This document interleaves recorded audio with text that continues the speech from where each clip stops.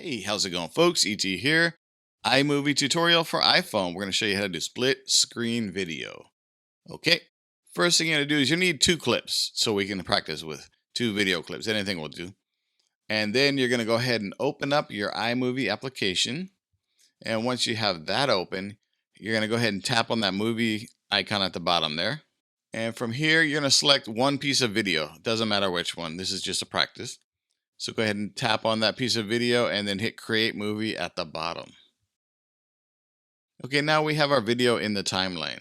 What you're going to do now is make sure your scrubber, your tape head, that line in the middle is somewhere on your video where you want that split screen to happen. It has to be somewhere on the video so we can put that next video, that layer on top of it. Once you do that, hit that plus sign on the top left corner there. Okay, now just select your second clip.